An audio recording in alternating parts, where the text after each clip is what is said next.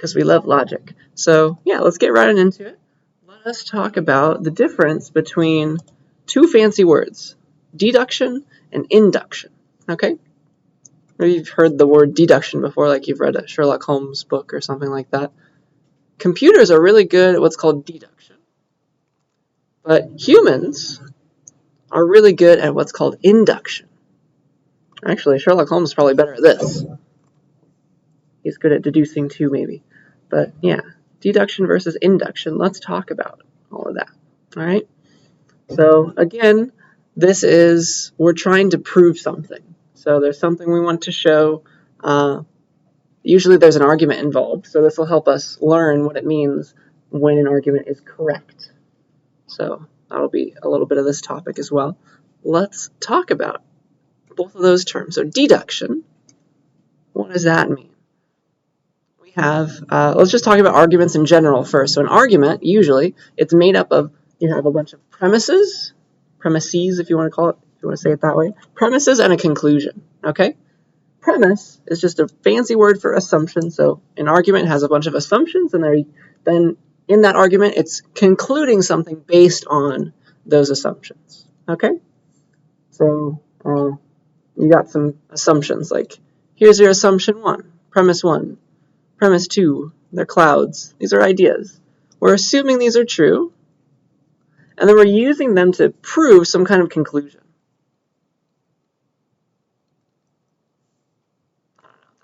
That's a rainbow cloud, I guess. So that's what the premises are doing. That's what an argument's trying to do. It's trying to use all of these premises together, assume them, assume they're true, then show that the conclusion's true, okay? And so we say that an argument is deductive when the conclusion is a certainty based on those premises being true. Conclusion, always true in a correct deductive argument. This might make very little sense right now, but with examples, I promise it will. So a deductive argument is one where you're assuming that these assumptions are true, assuming that the premises are true, and the conclusion follows immediately from those assumptions. It cannot be false. It is a very strong argument, a deductive one. Can't be wrong. If those assumptions were true, then that conclusion is absolutely true, using rules of logic. Okay? So here's an example of deductive argument. It's very true today, right? So premise 1, it's sunny in Fresno. Okay, so that's an assumption. You take that for granted. Assume that, and then assume this one too. Assume the second premise. Assume that if it's sunny in Fresno, then Lawton won't be carrying an umbrella. Okay? So those are your two assumptions, and assuming those premises are true, the conclusion naturally follows that, okay, yeah, so Lawton's not going to be carrying an umbrella. It's not going to work out because this is a certainty, right? Based on these premises, assuming those are true, this conclusion has to be true, right?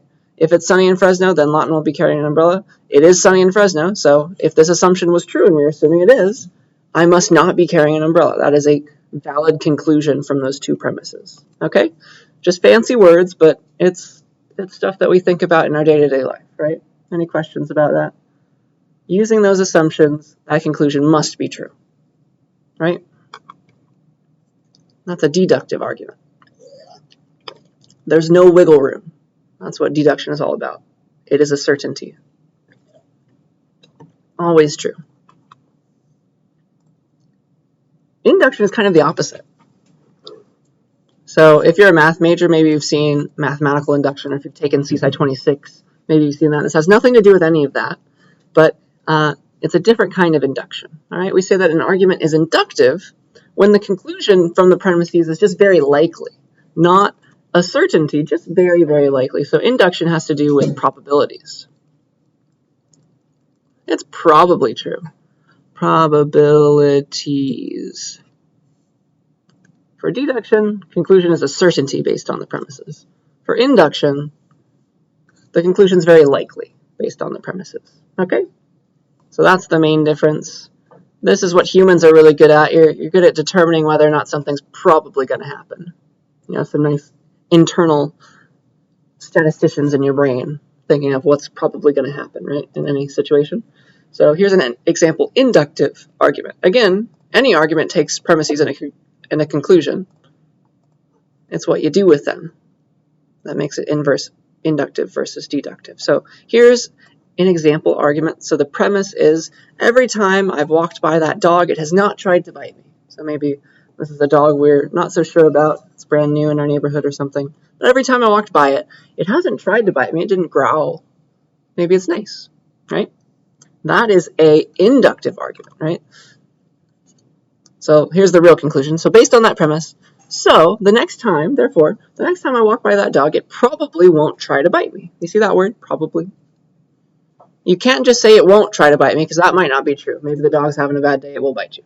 But in all likelihood, it probably won't try to bite you. There are probabilities involved. So based on this premise, assume that this is true. Okay. With that knowledge, I can conclude that this is true, right? But this is a very likely thing. Maybe the dog is very nice, most likely. Okay? Do we see the difference between deductive arguments and inductive arguments? Any questions about those? So with deduction, that conclusion is absolutely true if you assume that those premises are true. With induction, that conclusion is most likely true, given that the assumption that the premises are true. So it's certainty versus most likely. Okay? If we're good with that, let's talk about how to describe an argument, how to see if an argument's a good one. Okay? So there's two terms that I want to teach you. They're called validity and soundness. And you usually care about soundness the most. Soundness is stronger than validity. So that's nice. Let's remember that right now. Stronger, not that. Stronger than validity. So you usually like for an argument to be sound. If it's sound, it's immediately valid. Okay, so validity and soundness. Let's learn about that. And I'm going to try and answer this question. How can I attack an argument in a logical way? So if you see something's wrong, here's how you can point it out. Okay? With validity and soundness. You can say your argument is invalid. Your argument is not sound. Okay? Here's what you can do. Here are these terms. So an argument is valid if it's impossible for the premises to be true and the conclusion to be false. It's impossible for the premises to be true and the conclusion to still be false. That means that the conclusion must follow from those premises, assuming that they're true. Okay? Assuming that they're true. This is all about deductive arguments. Okay? That's the idea. So premises are true and the conclusion must be false. Okay? So that's validity. And I'll show you the difference in just a second at the bottom here. And then soundness is this. An argument's sound if it's valid. So it has to first be valid. Better be impossible for the premises to be true and the conclusion to be false. And all the premises are actually true statements. Nobody's lying to you. Okay? So let me show you the difference there. So here is a sound argument. All right?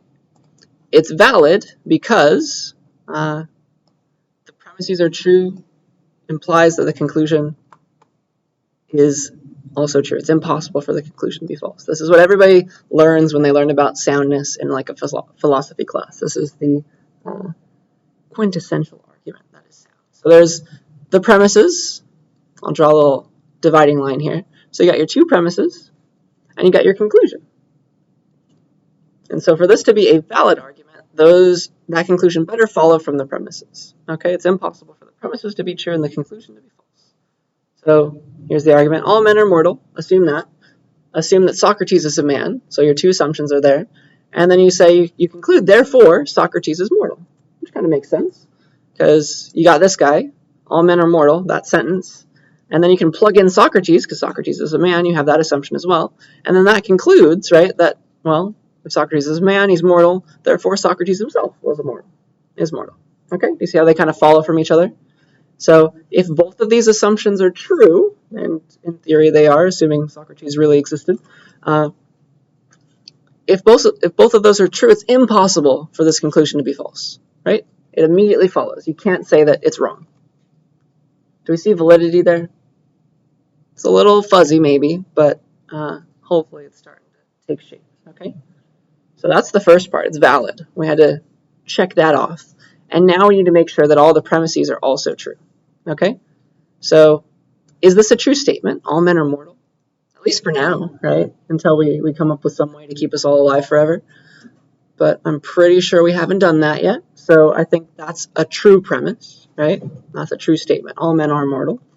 And then Socrates is a man. Assuming he existed, I guess that's a true premise, right? Plato talks about him. So let's assume that he really was true and he was a man. So those are true premises. Those are true statements. And it's a valid argument as well. So this is a great argument. It's a sound argument. Okay? Does that make enough sense to us? So we're proving some stuff. We notice that both of these are true statements, and we notice that those premises implied the conclusion. It's impossible for that conclusion to be false, assuming that the premises are true. Lots of fancy words today, but it's all very logical, right? This is all about logic. Are we good with that? So it's very possible to have a valid argument, but an unsound argument. Okay? So here's the other one. Dun, dun, dun. So you got your premises, 1 and 2, and your conclusion. We'll call that 3. And then you have to make sure that you're trying to prove soundness, right? So it better be valid. So assuming these, does the conclusion follow? Is it impossible for the premises to be true and the conclusion to be false? So here's the argument. Everyone who watched Hamilton enjoyed it. Okay, that's one premise. Assume that. Assume John watched Hamilton. And then our conclusion is, so, therefore, John enjoyed Hamilton. And that totally follows, right? Because this first thing, this assumption is that anybody who watched Hamilton enjoyed it. We can plug John into that sentence. John's the person who watched Hamilton. And so, naturally, the conclusion is going to follow from that, right? John must have enjoyed Hamilton. Do we see that it's a valid argument? Any questions about that? But it's unsound, right, unfortunately? Why? Let's assume that John really did watch Hamilton. Is this a true premise? Is this a real true statement? Everybody who watched Hamilton enjoyed it. No. There are people who probably hated it. And that's okay. They are allowed to not like things. But do you see the issue here? It's now immediately unsound. Even though it's a valid argument, like if you really assume that this was true and you really assume that this was true, this naturally comes from it. That conclusion is a certainty. It's impossible for it to be false. So it's valid, but it's not sound because even though maybe John watched Hamilton, it's very much not true that everybody who watched that play enjoyed it, that musical, right? So that is how you can have a valid argument, but an unsound one. Okay? So that just goes to show that soundness is stronger than validity. The second you have soundness, it's also valid, right? That's part of the definition. Okay? Any questions about this, these two ideas? Because now I have some ideas for us to try, some questions. Let's do the first example together. All right, is the following valid or sound? Always look out for counterexamples. So here is the argument. All birds can fly, bats are birds, therefore bats can fly. Boop, let's go back to blue. So it's got two premises and a conclusion, right? Premise 1, premise 2, conclusion. Does the conclusion follow from the premises? Is it valid?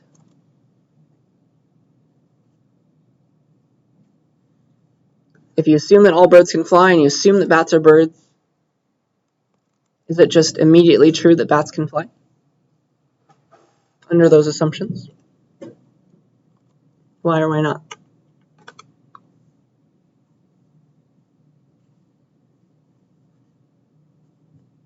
Any thoughts? Was it a long weekend? Brain's still not working? Yeah.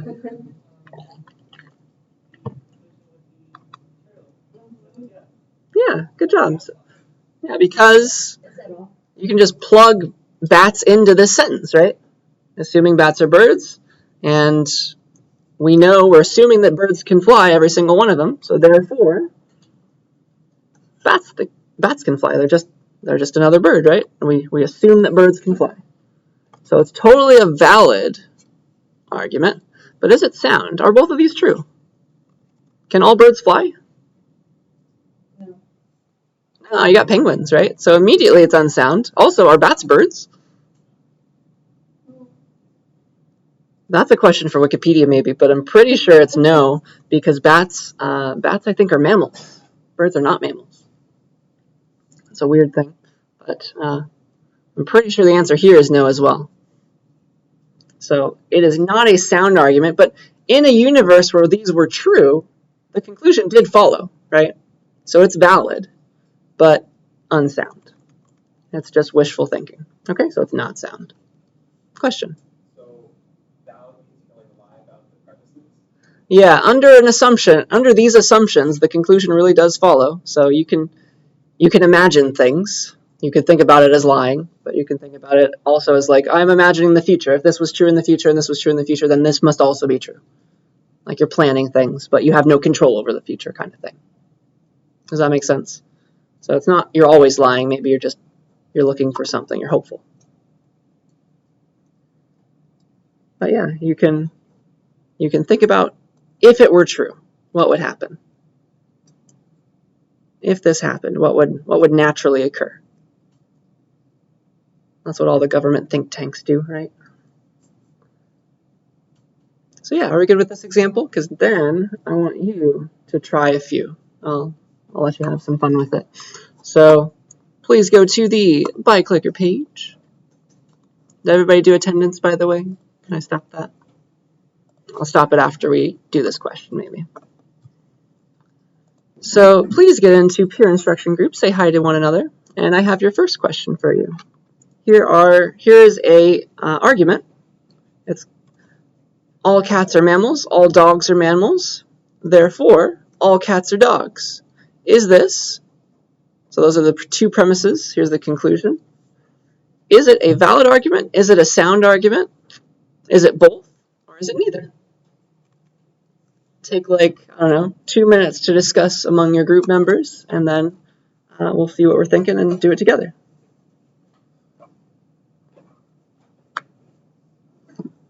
Do you want to see the definitions? I'll put them right here on the first one, maybe. So there are the definitions.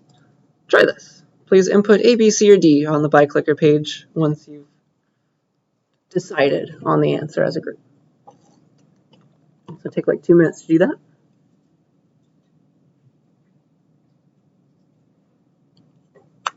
Valid only, sound only, both, or neither.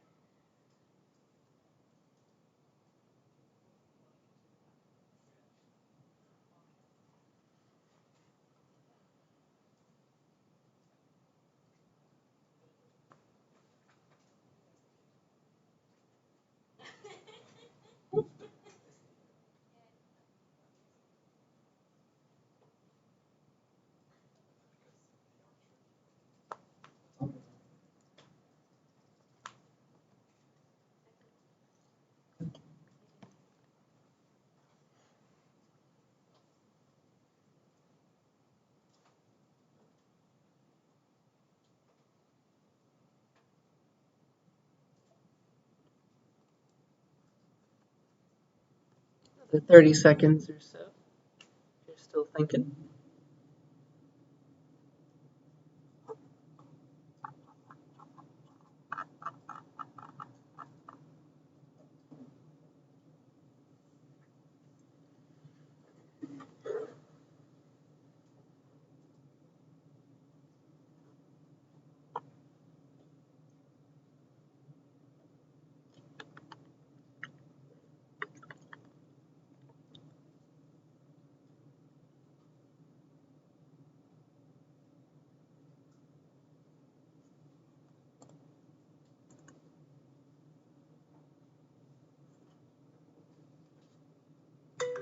All right, so A, B, C, or D? Potentially E. Ooh, we're not sure if it's A or D. Valid or sound, or valid or neither, right? So, I'm glad I asked. Let's check validity first. So, under this assumption and this assumption, does it follow that all cats are dogs? Can you use these two together to somehow, like, you combine them in some fancy way to prove that cats are dogs?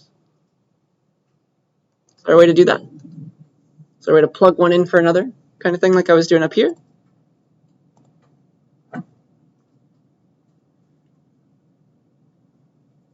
Maybe this is why we're confused, but I don't see a way we could do that, right? I know stuff about cats being mammals and dogs being mammals. I know nothing about cats being dogs, right?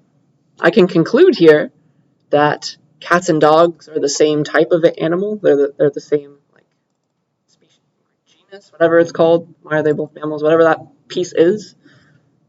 I can conclude that cats and dogs are both mammals. I can conclude that a cat is a mammal, a dog is a mammal. But these assumptions have nothing to do with what it means to be a dog, right? What it means to be a cat. It's like, I know nothing about what it means to be a dog. I can't prove that cats are dogs. There's no way to combine those assumptions. Does that make sense? There's no combination possible. There's no, like, I can't plug this into this. It doesn't work. It doesn't make sense. Okay, so it's not valid. Okay, and so that actually chops off all of these, because in order for it to even be sound, it better be valid first, right? So the only answer is neither. Okay, so automatically it's not sound. Are we good with that? Does it make sense why it's not valid? You cannot, it's not a certainty that this conclusion is true based on these assumptions. Even if in a universe where these are true, you can't prove it. Though these are correct assumptions. Like, if it were a valid argument, it would also be sound, because cats are mammals and dogs are mammals, right? But it's not valid in the first place. Weird. Okay, let's try this one. I'll give you another 2 minutes. So, valid or sound. If someone was a philosopher, then they weren't a historian. Okay, assume that. And then assume that Socrates wasn't a historian. Prove again. Can you prove that, therefore, Socrates was a philosopher? Check for validity, check for soundness. What do we think? And please enter in your answer.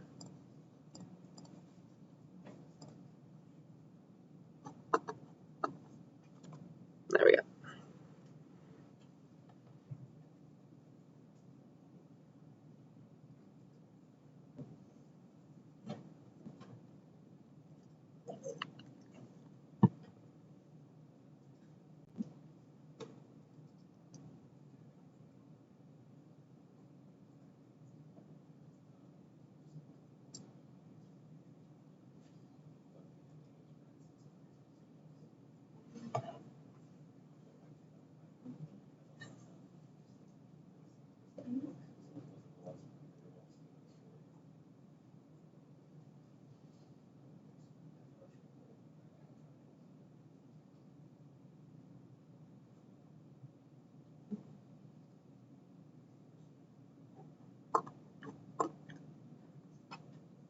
I hear our voices dying down. Did we all get something in or give up?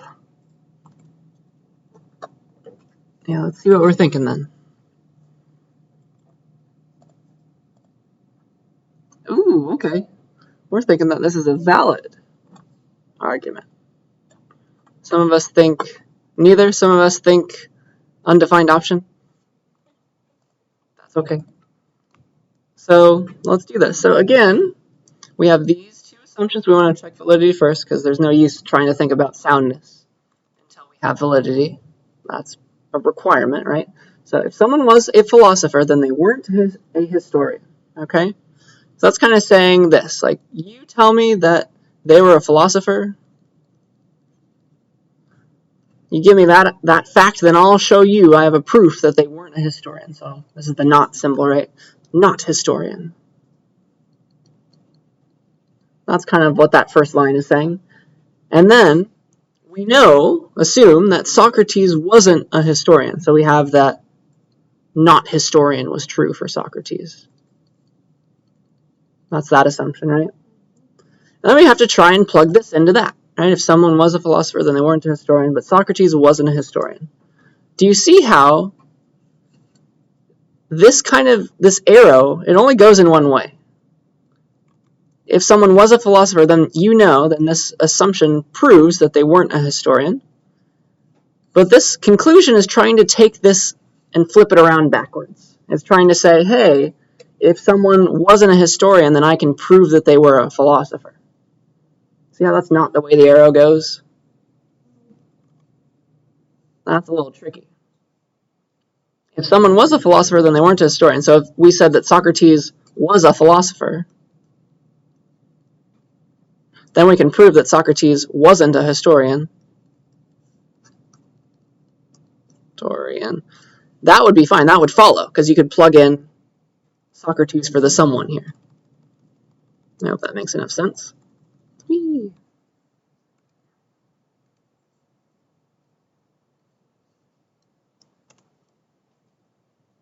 We can't go the other way. We have no clue about if somebody wasn't a historian, then they were a philosopher. You can't flip this around like that. Does that make sense? The arrow goes in this direction. If this, then I have this. Not if I have this, then I also have this. And there's just one direction here. So you want to try and plug this into this and then conclude it, but you can't. That's trying to take this if-then statement the other way. Can't do it. Okay, so it's not valid. It's actually neither, because it's immediately unsound the second it's not valid. All those go away. Okay? So this kind of idea is going to take us pretty far. We're going to talk about that in detail in a couple slides.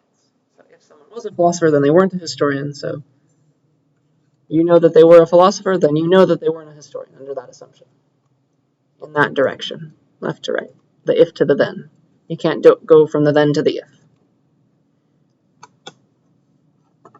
Because maybe, I don't know, maybe they were like a baker or something. It's not a true statement, right? Going in the other direction.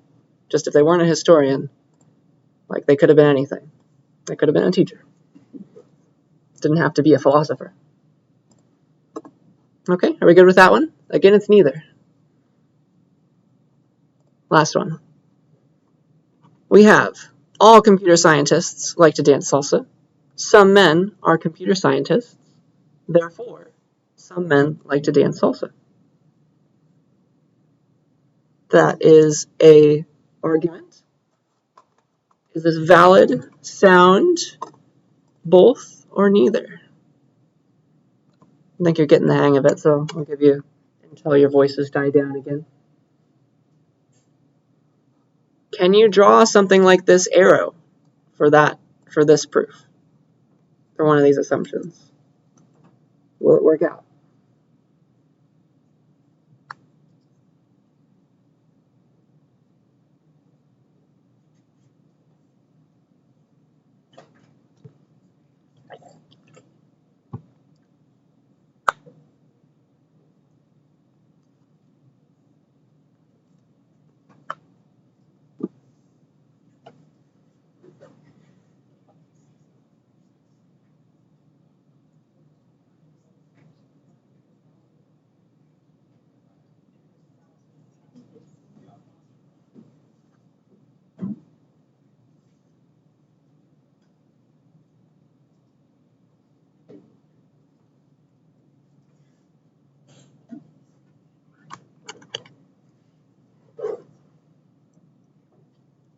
All right, did we get an answer in?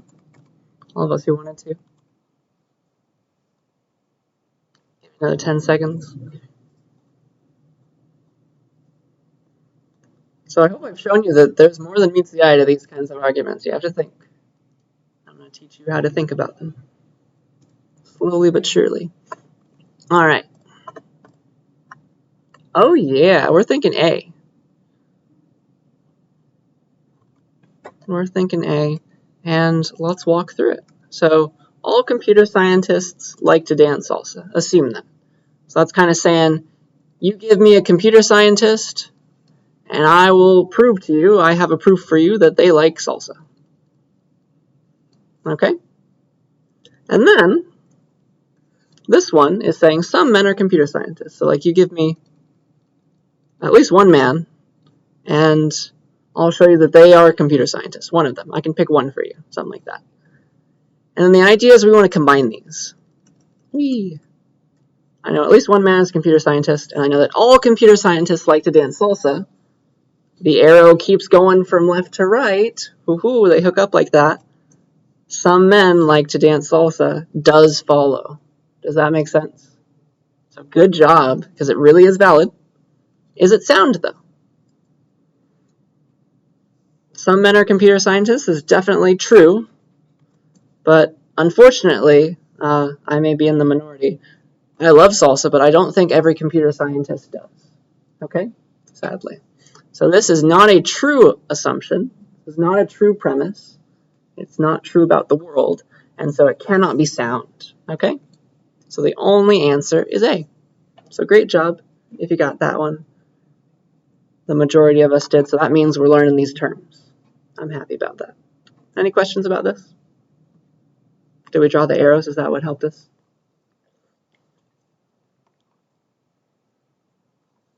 Because yeah, these arrows are very important. They're like an if-then kind of statement. It's all about that. And so that's where I'm going next if we're good to move on. Let's talk about what it means to be an if-then statement in logic. Okay? The fancy term is implication. So let's get to that. English, sadly, we've learned, right, is very ambiguous. Let's learn what if really means in terms of logic and truth tables. All right. So here is my example argument. So Dad says, I'll give you $20 if you mow the lawn. Okay? So here's the if part. If you mow the lawn, then I'll give you $20. Okay? So it's like backwards. So if this right side is true, then the left side is true. Something like that. And what we need to do is come up with a truth table for that idea, right? And the way you do it is that you equate false with you felt cheated, you were lied to. And that's when the if-then is false. Otherwise, it's true. So when were you lied to? All right? So under what conditions would we feel cheated if we didn't get the $20? So here are our options of mowing the lawn and getting $20. So we could have mowed the lawn and got $20. Oops. Ugh. Either we mowed the lawn and got $20, or we mowed the lawn and didn't get $20, or we didn't mow the lawn but still got $20, or we mowed the lawn and didn't get $20. Okay? So under what conditions would we feel cheated by Dad? Like we were lied to, right? It's not this case because we mowed the lawn and we got $20. That was Dad upholding his end of the bargain, right? So no, I got my money. I don't feel cheated. In this case, if I didn't mow the lawn but I got $20, thanks, Dad. I just got money for free. I didn't even have to do the work. I don't feel cheated then. If I didn't mow the lawn and I didn't get $20, I still don't feel bad because I didn't do the work. I didn't uphold my end of the bargain, right? The only time where I feel cheated and lied to was when I did mow the lawn, but I didn't get $20. So Dad just tricked me into mowing the lawn for free, okay? Does that make sense? That's going to be the one case where this if statement in logic is false, okay? And it's called implication. That's the fancy logical term. So implication is the logical term for an if-then statement.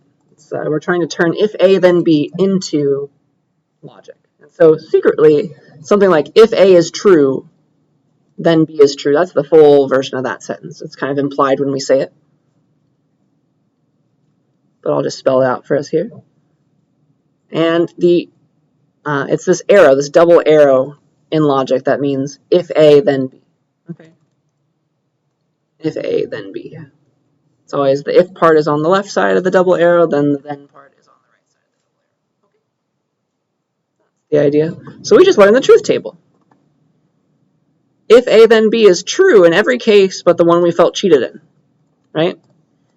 The case where we did the A part but didn't get the B part that was promised to us by the if-then statement, right? That's the one time it's false. In every other case, it's a true thing, okay? A implies B is true. If A, then B is true, okay? So that's the truth table. And yeah, I hope you understand what's going on based on that mow the lawn example. But in pretty much every case, it's true, except for the one where you felt cheated in. And if you ever wanted to prove that an if-then statement is true logically, you just have to show that you can't hit this case. You just have to show you can't hit this case because otherwise it's true if you're in any of the other cases, right? So you show that it's impossible to fulfill the if part, to actually do the A, and not receive the then, right? You better be in this case if you did A. Can't be in the other one. So that's how you prove it. And alternatively, you can think of it this way. If I give you A, like I tell you A is true, then you must give me B. You must tell me that B is true. That's the only time where that works out. Kind of these ones down here are kind of like, they're called vacuous. It's vacuously true that A implies B is true down here, because you didn't even uphold your end of the bargain, the if part. Okay?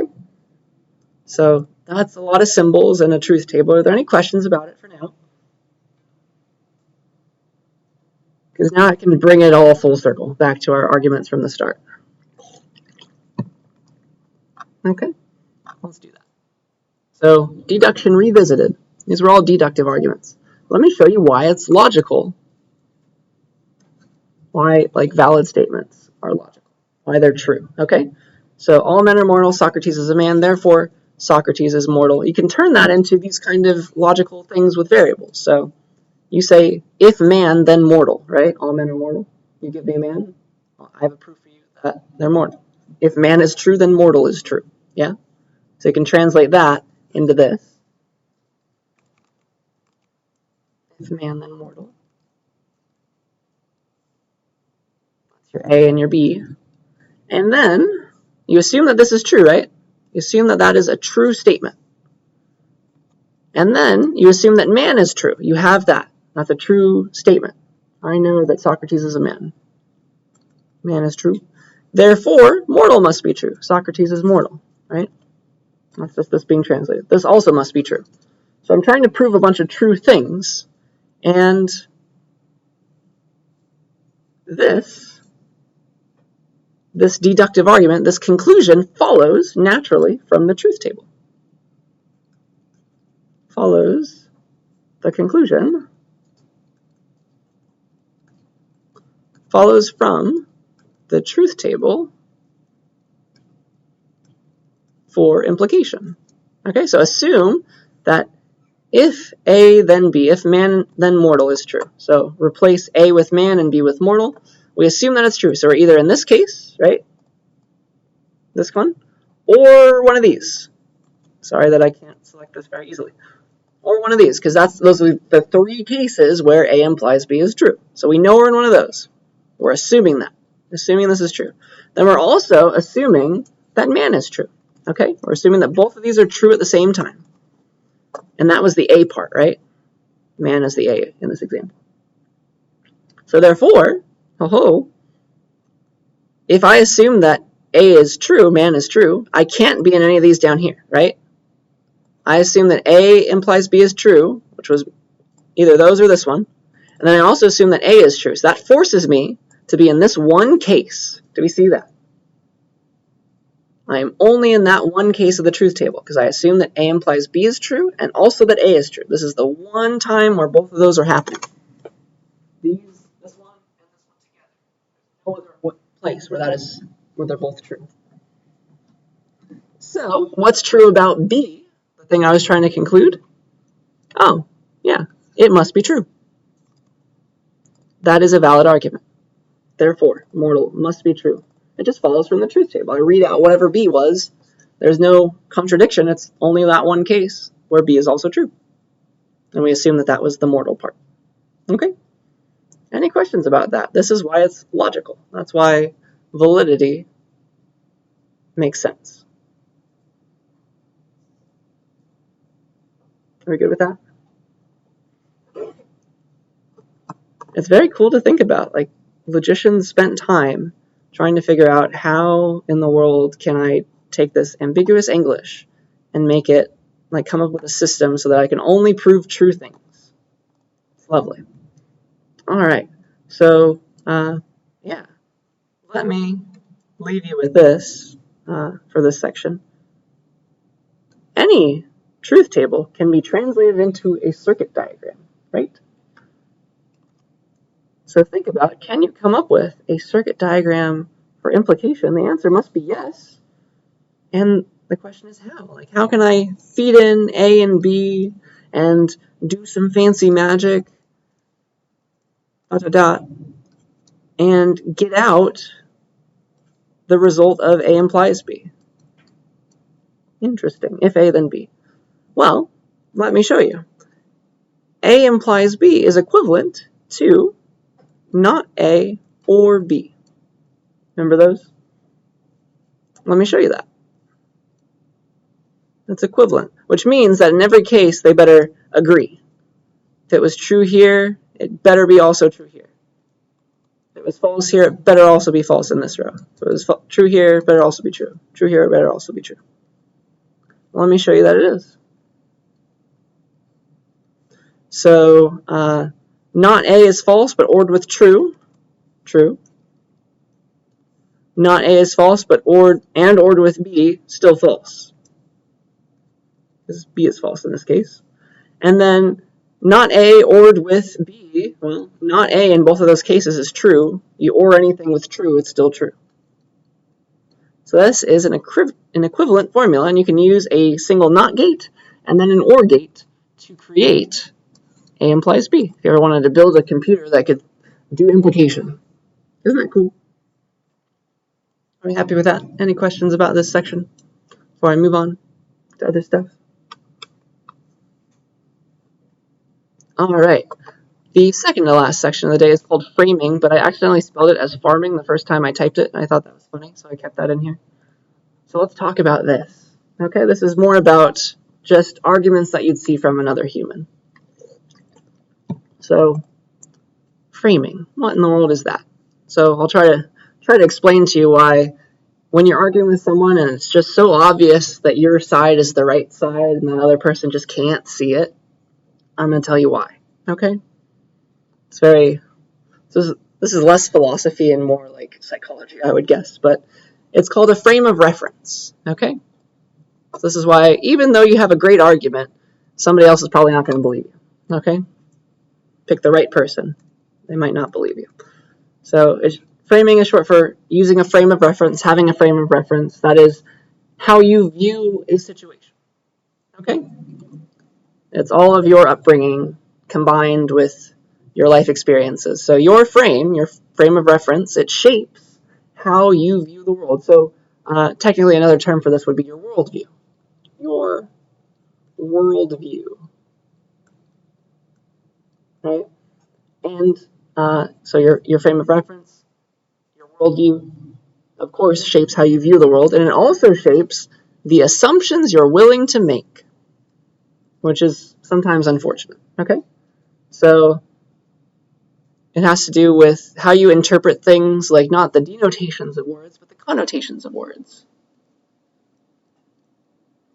Do you remember that term from English class? So, yeah, the idea is if you can control the frame of reference, if you can get somebody onto your own, show them your worldview and have them agree with it, then you can control the entire argument. This is like how you can manipulate people, maybe. But a great example of this is framing in politics, because everybody's so polarized when it comes to politics. If you just read this table, I think you'll understand what I'm trying to say here. You have people on the left and people on the right who have a different word for the same thing, right? Read a few of them, I think you'll agree. A different word for the same exact thing, and that changes how that thing is viewed, right? There's a different connotation for each of those words, right? Even though it's talking about the same idea, sadly. And this is why people just can't agree. Because their frame of reference is different from your own. Okay, so if you can change somebody's frame of view, then you have the upper hand. Okay? So this just goes to show that somebody can have the exact opposite viewpoint on a topic from yours, and they can also justify it because they have words for that other idea. Okay? I hope that makes enough sense. And yeah, politics is usually the best example of this. That's frame of view. That's why even though you make a great, valid, and sound argument, somebody just might not buy it. Any questions about that? Definitely more psychology than philosophy, but has to do with arguments still. All right, are we ready for the last topic of the day? Let's do it. Let's talk about state machines. So this is just a beautiful concept in my opinion. I'm going to show it to you. I'm going to teach you how to make a state machine. Okay. So there are a bunch of different ways to create a solution to a programming problem. This is kind of a piece of programming for today, even though we didn't have a lot of it. I won't make any code, but I'll talk about processes, and so it's kind of like code. I'll draw diagrams at least. So as programmers, we're always asking, how can I simplify the problem that I'm trying to solve? How can I break it down so that I can just solve this first piece, this second piece, put them together, and then have a correct solution? And so there's a bunch of different ways to do this. There are a bunch of different methods to do a thing, right? That's an algorithm. There are a bunch of different algorithms to solve the same problem. Some making certain trade-offs, others making other trade-offs. There's never anything perfect for everybody's use case, right? But how can I figure out how to bring together a bunch of different pieces, figure out what the pieces even are, and bring them together finally in the end to one beautiful result that does exactly what I wanted it to do? Okay, so that is the goal as a programmer. That's the goal that a programmer has, right? One way to do that is to use something called a state machine. If you can create a state machine for the program you're trying to write, then that simplifies immensely that program. It makes it so much easier to write it, and it's very hard to get it wrong. So if you can find a state machine for your program, do it. All right, so here's what a state machine is. It's an abstraction. Oh gosh, let me zoom back out. A state machine is an abstraction over something being done, over a certain process. All right? So here's how you draw them. It's just a bunch of circles and arrows. We love those in computer science. So here is a state machine that has 3 states. Everything inside of a circle is a state. And let's say that there's also a starting state. Like you're modeling a person right now, apparently. A person who works and sleeps. So let's say that this person begins their life, their start state is at home. Like maybe they're born at home or something. Or maybe they begin their adult life at home. The clock turns midnight when they first got a job or something, and they're at home. So that could be your start state. And then, in order to move around, you have these arrows with words on them. And those are called transitions. Okay? Those are called transitions. Those are ways to get to a different state, and you have to follow certain transitions, okay? For example, if I'm at work, I can't immediately go to bed. There's no bed there. And you can model that idea that you can't go straight to bed at work with a state machine. You cannot get to bed without having gone through the home state. Yes? That's the beauty of a state machine. It tells you exactly what you are and are not allowed to do. So that's pretty cool. So here's like a person's life. They're at home. They take the train to work. Now they're at work. They're in the work state. Then, in order to get back home, they need to take the train again. They need to follow this other transition to get us back to the home state. So now they're sitting here. Maybe it's nighttime. They go to sleep. Now they're in the bed state, and then they wake up back in the home state, right? Maybe it's the weekend, and they just chill here for a couple days. It's a long 3-day weekend. They go home, bed, home, bed, home, bed without going to work for a while. That's a valid way to move around, right? Or maybe they go home for lunch, and then they go back to work and come home again the same day. That's a valid transition that you can follow, but only the ones that you are allowing are the ones with transitions. So I can move around like this, stay over here, and just keep on following those arrows as long as I want to. Does that idea make sense to us? That's how you can model something using a state machine. So you got a bunch of states. You're always in some state. And then you can move to new states with these transitions, all right? A way to do that in a real program would be something like this. This is like a state machine that represents somebody using an Uber app or a Lyft app or something like that. So let's say that your start state is, I don't know, you're requesting a trip. That's probably what this means. And then you're not going to get a driver until Uber runs your credit card, right, to make sure you actually have money. So then you start out in the trip requested state, but then you move to the payment state, right? That has to succeed before you get a driver assigned to you. So if the payment fails, it's going to take you back to the trip requested state and have you fill in another credit card or something, okay? So only once the payment succeeds does a driver get assigned to take you somewhere. Does that make sense? This is how you can, it's impossible for you to not pay if you model your program like this. You cannot get to the driver assigned state until the payment has succeeded.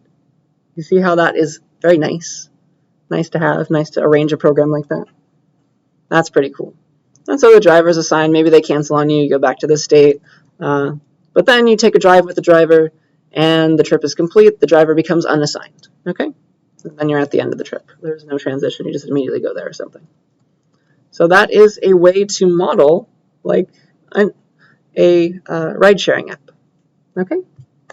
With a state machine. You had a bunch of states and you got a bunch of transitions that move around in states, and you're only allowed to move along those transitions in between the states. You cannot jump from trip requested straight to driver assigned. You got to go through the payment state, right? That gives you some very strong guarantees about your program, doesn't it? That's pretty cool. Any questions about this? So those are state machines in a nutshell. Let me show you how to make your own in a second. All right. So the idea is you always want to take your program, you group it into states that your program can be in and actions that move you out of those states. Maybe you stay in the same state with an action, with a transition. That's not a problem. That's a possibility for sure. But here's a silly state machine. Let's say that as a student, I pretend that you are a two-state machine. You have two states only. You have a learn state and you have a practice state. Okay? So your initial state is learn, so I'll draw that with an arrow. There's also a concept of a final state, a state that I want you to end in, right? Your final state is going to be the practice state, and you can say that with two arrows or two lines around the circle. This is a final state. Because when you take the final, that's the last thing you do in this class, right? You're going to be practicing the things you've learned. There's no more learning to do. So you're going to finish this class in the practice state. That's your last state. Okay? And so you're going to alternate between these two states when things are posted, things are assigned, right? If an assignment gets assigned, you're going to go from the learning state to the practicing state and complete the assignment. And while the assignment is not done, you're going to stay in the practice state, right? There's a transition where you could stay there for a while. But then when it's time for lecture again, you go back into the learn state, hopefully. And then you keep on learning while the lecture is not over. And so that could be a state machine to represent you as a student. Yeah? You got an initial state, that's learn. You got a final state, that's practice, that's where you should end up. And then these are all the ways that you can move in between states. It's a silly example, but I hope it makes enough sense. Okay? Are you good with that? Because I have one last example of a state machine that is actually very, very cool, very, very useful, and I think you'll understand why they're so nice. All right, let's do it. Let me teach you a state machine that counts words. I like to give this in another class as well, but it's just such a good example, I think. So let me show you how you can count the words in a sentence with a state machine. Let's say that you got a sentence from the user, like you got it put in the answer variable. And let me show you why this is not a trivial problem. You can't just be like, oh, count the spaces, that's the number of words. Because the user could have done something stupid like this. They could have typed space, hi, space, space, mom, or something, exclamation point.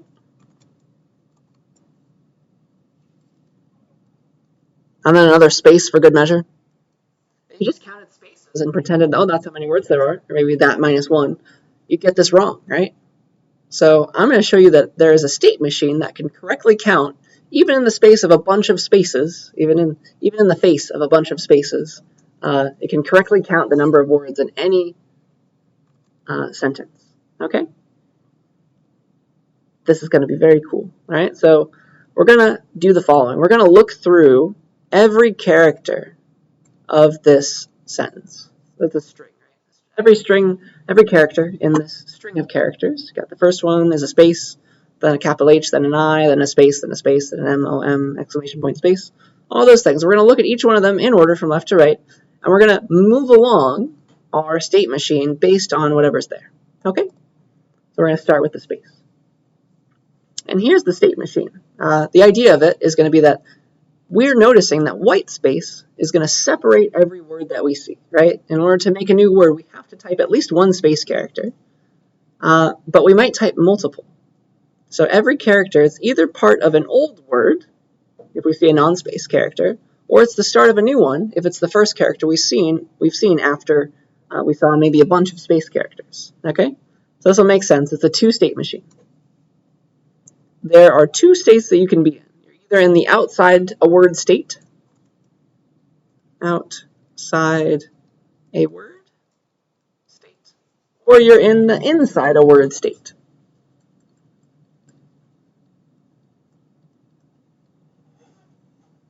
Okay? And so here's the idea. You start out having read nothing, so you're not inside of any words yet, right? And as long as you see a space character, you're still not inside of any word. You're not counting a word, right? You're just seeing a bunch of white space. You're skipping over that. See a space. Also, when you're inside a word, you're still there. Like you saw the H, I'm inside of a word. When you see the I, you're still inside of that same word, right? So as long as you see non-space characters when you're inside of a word, you stay there. See non-space. And so you see a space, but then you see, when you're outside of a word and you see something other than a space, like you see this H, you have now found a new word in the sentence, right? So if you see a non-space character, you're going to transition from outside a word to inside a word. See a non-space character. Does that make sense? And then again, once you're inside of a word, like you saw the H, you saw the I, but then you see another space, you're no longer inside of that word anymore. So the second you see a space character, you're outside a word. Does this state machine make sense? You're either outside of a word or inside of a word. And you can move it around based on whether you saw a space character or non-space character. Because all you have to do is save a variable, I'll call it count, start it at 0, and then follow the state machine. Can anybody tell me which transition should increment the count? When have I found a brand new word and I need to keep track that I saw it? When should I remember that I just saw a brand new word? Which of these transitions? This one, this one, this one, or this one?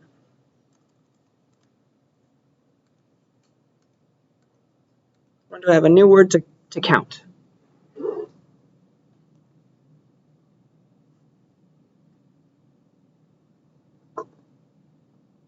Let's try and run this. So I start in the outside of a word state. I haven't seen anything. Then I see a space, right? See a space, I'm outside of a word. Then I see a non-space. Non-space character brings me here, inside of a word. Then I see a non-space again, so I keeps me in here. But then I see space again, outside of a word. See another space, stay outside a word. See the M, ooh, that's going to bring me here. Now I'm inside of a word. The O, I'm still inside, see non-space. The M, the exclamation point, but the space brings me back outside. So when did I find a new word? With the H and with the M, right? What state was I transitioning to? Which transition did I follow to get to that H? Like, where did the machine go when I was at the H? What transition did I follow once I saw that M? It was this one. So if you, in addition to following your state machine, if you just add 1 to your count every time you follow that transition, you will correctly count how many words you saw. Watch. So you start out outside of a word, see a space, still outside. C and H, non-space, we're inside, increment our count. C and I, still inside of a word, non-space. See a space, outside of a word again. Follow that one. See another space, you stay outside of a word.